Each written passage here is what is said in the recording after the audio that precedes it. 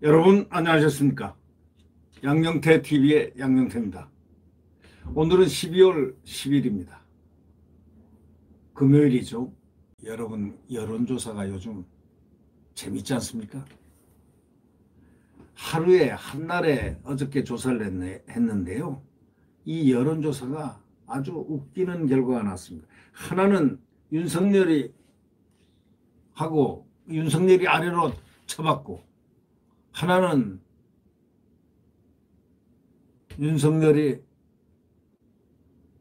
보통 여론과 마찬가지로 항상 우위를 점유하고, 자, 이제 여론조사까지 이제 극명하게 반대의 선을 달리고 있습니다. 이런 여론조사 국민이 믿겠습니까? 에? 어느 걸 믿어야 됩니까?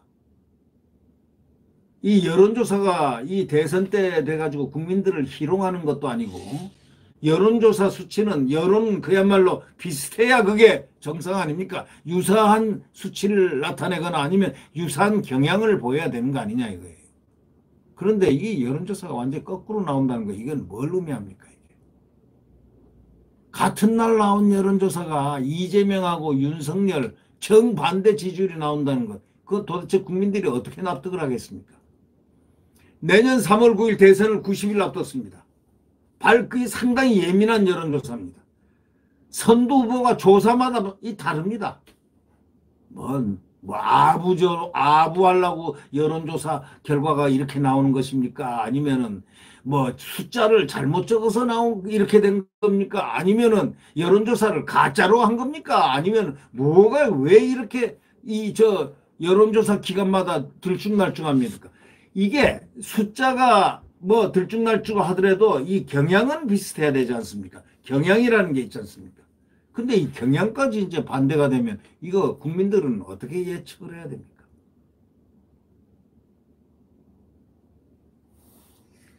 한국사회여론연구소 또 국민의일보가 9일 발표한 내당 후보 가상대결 조사에서 윤석열 국민의힘 후보가 38.3%, 이재명 더불어민주당 후보가 32.7%보다 5.6포인트 높았습니다. 이게 지금 여태까지 경향입니다. 지금 이전 한 달간 쭉 이렇게 경향이, 그래도 윤석열 국민의힘 후보가 항상 선두였습니다. 그런데 같은 날에 이 엠브레인, 코리아, 케이스텟 코리아 리서치, 한국 리서치, 아마 이 여론조사 기관은 항상 대부분 보면 말이죠. 제가 그걸 유심히 봤는데, 대부분 보면 굉장히 야권에 대해서 소금처럼 짭니다. 왜 그런가 하고 계속 봐도 역시나 짭니다. 염전인가 할 정도로 짜고 짭니다. 야권에 대해서. 왜 그럴까 하고 지금 의문을 항상 느끼고 있습니다. 근데 이번에 여기서 한 지표 조사가 재밌습니다. 이재명 후보는 38%고 윤석열 후보가 36%가 됐습니다. 이 후보와 윤 후보 지지율 모두 오차범위내 접전이긴 하지만은 거꾸로 뒤집혔습니다. 두 조사는 대선 후보들의 지지율 추세도 완전히 다릅니다. KSOI 경우에는 TBS 의뢰로 실시해서 지난 6일 발표한 조사에서 윤 후보가 41.2%가 되고 이 후보를 3.3포인트 앞선 것과 비교해서 차이가 더 벌어졌습니다. 반면에 NBS 조사는 일주일 전에 윤 후보가 34%, 이 후보가 33%를 얻어서 1포인트 앞섰지만 이번에는 이 후보가 2포인트 차이로 앞섰습니다. 이 트렌드, 소위 경향은 유사해야 되지 않습니까? 같거나 유사해야 되는데 여론조사라는 게 그거 아닙니까? 근데 정반대의 선에서 이렇게 나온다면 갑자기 특별한 무슨 변동할 수 있는 사유가 없이 이렇게 변동이 된다는 걸 볼 때 이 국민들은 혼란에 빠집니다. 내년 대선에 대한 인식도 두 조사 차이가 엄청 컸습니다. KSOI는 정권 교체가 55.1%, 정권 재창출이 37.8%입니다. 이 바로 MBS 뭐 케이스 세 군데인가 네 군데가 합쳐서 한다고 그러는데 뭐 그렇게 보면 뭐 제법 뭐 큰 여론조사 기관 같은데 뭐 그렇지 그런지 안 그런지 생전 이름이 없다가 이름이 튀어나온 여론조사 기관들이 지금 얼마나 많습니까? 근데 이게 지금 이름이 말이죠. 저는 엠브레인, 케이스트넷, 코리아 리서치, 한국 리서치 등 네사가 함께 발표한 전국 지표. 이 네사를 MBS라고 한다는데 전국 지표조사 MBS는 함께 발표한 MBS가 이 후보가 윤 후보보다 앞섰다는 겁니다. 2포인트 나요.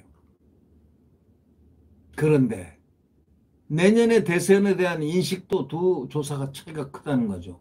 아까 말했지만 정권교체는 KSOI는 55.1인데 정권 재창출 37.8%보다 17.3%나 국민들의 의식이 높은데 MBS 바로 전에 얘기한 MBS 조사는 정권 심판론이 46%고 국정안정론이 42%. 말을 살짝 뭔가 마사지를 한 것 같습니다. 국정안정론, 정권 심판론 이렇게 차이가 별로 안 나게 이렇게 나왔습니다. 결과. 그러면 KSOI는 6일하고 7일 전국 유권자 1012명, MBS 조사는 6일하고 8일 전국 유권자 1004명 대상으로 했는데 이 두 조사 통신 3사가 제공하는 휴대전화 가상번호 100% 이용한 전화 면접 조사로 실시했다는 겁니다. 중앙선거 여론조사 심의원회 참조를 하면 된답니다. 전문가들은 조사 시점과 방식이 비슷한데 결과 차이가 큰 것은 상당히 드문 경우다. 왜? 그거는 말을 안 합니다. 드문 경우다.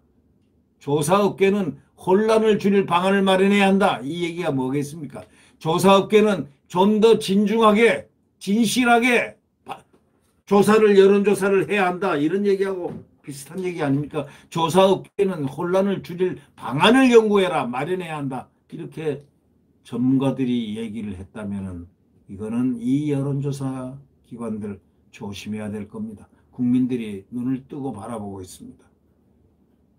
이 전문가들이 말한 대로 조사 시점, 방식이 비슷한데 결과 차이가 너무 크기 때문에 이거는 상당히 드물기 때문에 조사업계들, 소위 여론조사업계들은 이 혼란을 줄이는 방안을 빨리 연구해 놓지 않으면 마련하지 않으면 앞으로 큰 코 다친다 국민들한테. 바로 그런 얘기입니다. 아예 그냥 국민들이 이 여론조사해야 될 판이 됐으니 말이죠. 이제 국민들이 여론조사 기관을 만들어야 될 판입니다. 저도 한번 여론조사 기관을 한번 만들고 싶어요. 만들지 말까요? 제가 만들면 야권에 유리할 것 같으니까 만들지 말라는 겁니까? 제가 하면 공정하게 합니다. 여론조사라는 건 공정하게 하지 않으면 안 됩니다.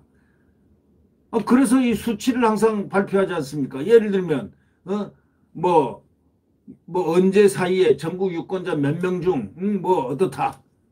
그 다음에 뭐 신뢰 수준이 얼마다. 이게 그래서 발표하는 거 아닙니까? 저는 혼자 느낍니다.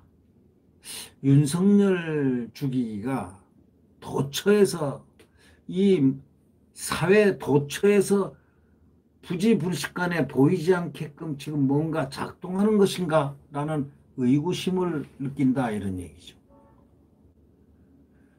야권에 대해서 여권과 야권을 여론조사 기관이라든가 모든 그것이 또 국민들의 여론이 55% 이상이 지금 평균적으로 정권 교체에 있는데 그럼 거기하고 유사한 어떤 통계적인 수치가 나와야 그것이 국민들이 생각할 때 안정감 있는 수치로 생각할 텐데 어제와 같은 정반대의 이런 수치가 나오니까 여론조사 전문가들조차 나서가지고 이런 경우는 도대체가 드물다.